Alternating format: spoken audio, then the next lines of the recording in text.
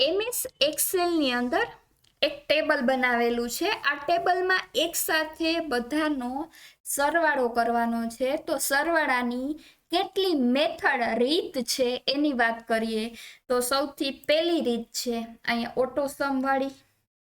અહીંયા ક્લિક કરો અને એન્ટર આપો એટલે આ પહેલી રીત છે એ કઈ કહેવાય તો કે ઓટો સમ. હવે બીજી રીત જોઈએ તો બીજી રીત છે એ બરાબરની નિશાની, પછી જે ખાનાનો સરવાળો કરવો છે એનું સેલ એડ્રેસ, પછી પ્લસની નિશાની, પછી જે ખાનાનો સરવાળો કરવો છે એની નિશાની, પછી પ્લસની નિશાની અને પ્લસની નિશાની. આ બીજી રીત.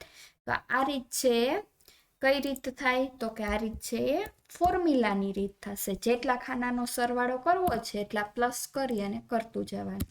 તો આ બીજી રીત થઈ. કઈ રીત થશે? ફોર્મ્યુલાની.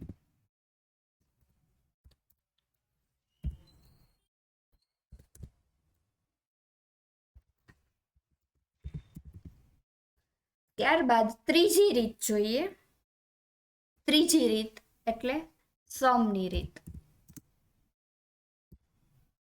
સમ એટલે સરવાળો, ફંક્શનની રીત અથવા તો ફંક્શન વાપરીએ. તો એના માટે શું કરવાનું તો કે બરાબરની નિશાની, પછી SUM, સાદો કાઉન્સ, સેલ એડ્રેસ જ્યાંથી શરૂઆત કરવી છે, પછી કોલમ, પછી જ્યાં પૂરું કરવું છે તે, અને કાઉન્સ પૂરો, સાદો કાઉન્સ.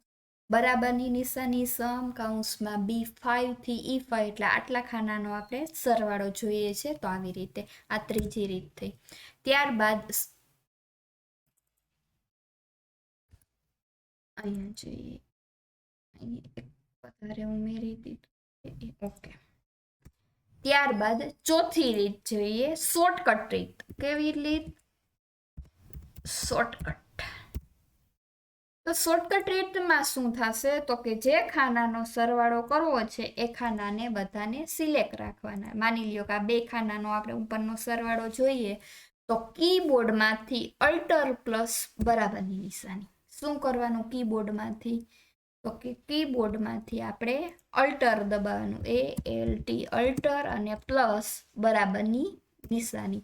આટલું તમે કરશો એટલે ઓટોમેટિક છે સરવાળો બધી જ જગ્યાએ થઈ જશે. જો હું આ બધા સરવાળા છે એ ભૂસી નાખું અને જ્યાં જ્યાં આપણે સરવાળો કરવો છે એ જગ્યાને બધાને સિલેક્ટ આપી દેવાની.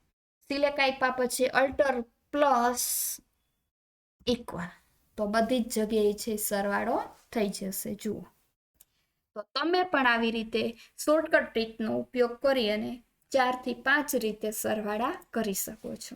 એમાં સૌથી લેટેસ્ટ રીત છે અલ્ટર પ્લસ બરાબરની નિશાની. કોઈ પણ જગ્યાએ સરવાળો કરવો છે તો ત્યાં ક્લિક રાખી અલ્ટર પ્લસ બરાબર, ઓટોમેટિક છે સમનું સૂત્ર લાગી જશે. આવી રીતે તમે ટોટલ કરી શકો છો. Thank you.